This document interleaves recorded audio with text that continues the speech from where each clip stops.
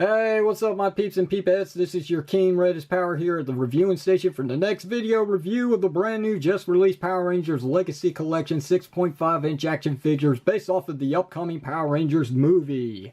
Very excited to see this movie, but not very excited about these action figures to tell you the truth. Why? I'll explain in a bit.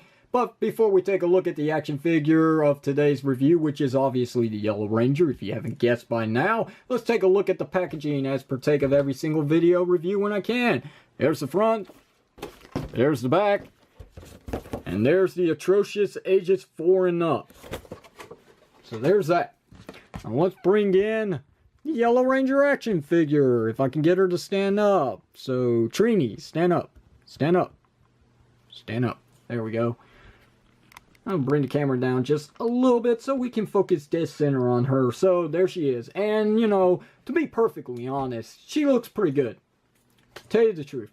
From afar, the action figure is on par with all the other action figures of the Legacy series, which the sculpting is nice. If they can't get the sculpting down right, if any toy company couldn't get the sculpting down right, then something's wrong and the figure should not exist at all. So with that said, sculpting is always going to be on the plus side. Paint job might be a bit different. Sometimes it will be sloppy, sometimes it will be incomplete. And in this case, it's incomplete obviously. But hey, it's got to match that price point. It's got to fit into that budget that Bandai of America keeps talking about, which is $20. So yeah, apparently every single brush stroke of paint that goes on with this figure is going to cost a pretty penny. So this is $1, that's $1, that's $1, that's $1, that's $1, that's $1, that's $1, that's $1, that's $1, that's $1, that's $1, that's $1, and those 4 diamonds back there, that's $1. So yeah, everything anyway, outside of that, what else does the figure have to offer? Well, she doesn't come with a weapon, which is a common problem with this Legacy series, but we do have the Build a Megazord accessory here, which is the right arm to the Megazord, which yeah, I can't hold anything for shit today, but yeah, apparently you get this. That's really it. You get the right arm to the Build a Megazord. And if you got portions of the Build a Megazord, which you could actually start building up the Megazord, then you can apply that to the said Megazord. And it's pretty good fair amount of play going on here. Obviously, it's being a ball joint that it's kind of limited to what it can really do. But I will say it's nice that it actually works like a butterfly joint. That's actually kind of cool. So maybe they should experience with that with some of the actual action figures instead of just the Build a Megazord. Why not use a ball joint for the shoulders? See what you can do with that. So, you know, that's just me saying, if they want to cut back on the budget of things, why not just try the ball joint for the ball jointed shoulders? And speaking of ball joints, let's talk about the articulation, because we're going to run into a problem here, unfortunately. So we got a swivel cut at the head, which is the common thing for the Legacy figures. I really wish this was actually a ball joint. It would have been nice. I mean, I agree with Bruno. A ball joint to the head would actually go many ways with this line. We do have a hinge joint at the neck, which is nice. It's tight on my figure. That's a good thing. We got the ball jointed shoulders, as I mentioned earlier, so you get all your play in there on a nice ratcheting system. We got single jointed elbows, which is the a law apparently to female figures. Apparently they cannot have double jointed elbows because it's the law. I did not know that until I looked it up, and bada bing bada boom, it's the law. Yeah, female action figures cannot have double jointed elbows. If you see any female action figures with double jointed elbows, it is recommended that you contact the authorities immediately. So with that said, ball jointed wrists. We got a nice swivel cut there at the hand as well, so the articulation is on par with SH Figure Arts there. We got also a nice waist cut, so you get your full-on rotation there. That's pretty good.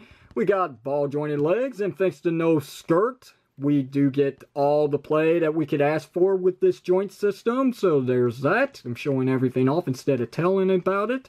And then we got the nice thigh cut there. We got double jointed knees, which is also the law on action figures, especially female figures. So if they're single jointed down here, contact your authorities. So with that said, we've got also a hinge joint for up and down movement at the feet, and then we got that ankle rocker pivot, which is more of a swivel cut with the sculpting of these small little feet. But I get it, she's supposed to be wearing high heels, So that's why they look so small, but to tell you the truth, it actually works pretty good.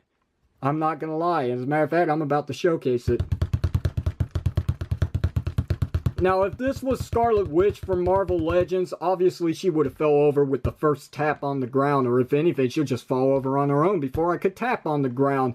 So this works a lot better than that, and I can't believe, comparing it to Hasbro, that I prefer this over Hasbro. Bandai did something here, and it works good. It works really good. So, nice work. Props to Bandai on that. But we're not done with the articulation. I skipped 2 points of articulation. Well, 3 points of articulation. Why? Well, let me explain. Because there's a pro to it, and then there's a con. Now, as mentioned before by Bandai of America, they did say that the reason why they didn't give these action figures any bicep swivel cuts is because it would ruin the sculpting of the figures. Well, then, in that being the case, as I did mention before, look at that. What was your excuse again, Bandai of America? Because it would break up the sculpting? Well, maybe it's not breaking up the sculpting. Maybe this is supposed to be equal on this side here. Or maybe right here. Or maybe right there. Now, we come to the problem that I got with these figures, at least for the female action figures, because previously Power Ranger action figures of the Legacy Collection have a nice ball-jointed upper torso, which allows a lot of play, a lot of flexing for my girls, as you can see. Very nice. And yeah, they pop off, but, you know, it's just a simple pop-in thing. So, look at that. Look at all that play you get. That is nice. Now that they've added an ab crunch system instead of a ball-jointed upper torso, this is all you get. That's it. Up the seams correctly, and she's standing up straight now. I'll show you real carefully. That's front, and that's back. That's forward, that's back.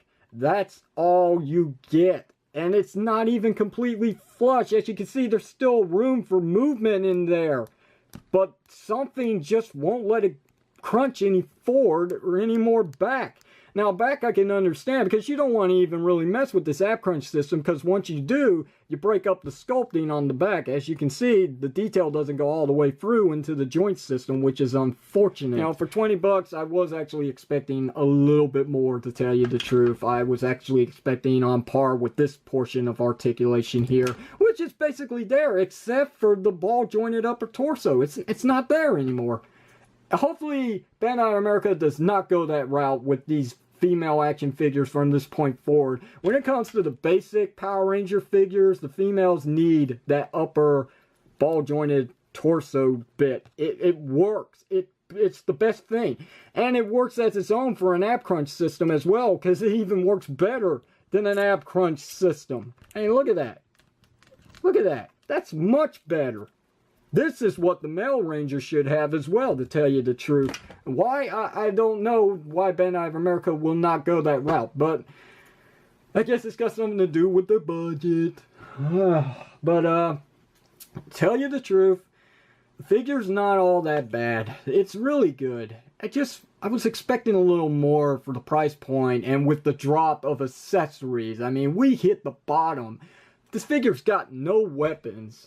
She's not the only one. The other figures that I got to review out of this line have no weapons as well. It's just the Red Ranger. So you'd think they would make up with it for a little bit of some additional paint. Maybe at the bottom of the legs, or maybe at the back.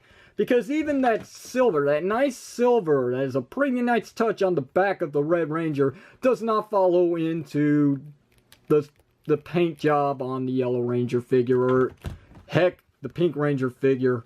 So, I don't know what to say about that, but as far as I know, the other male Ranger figures do have that nice silver. Look how that shines. I love that.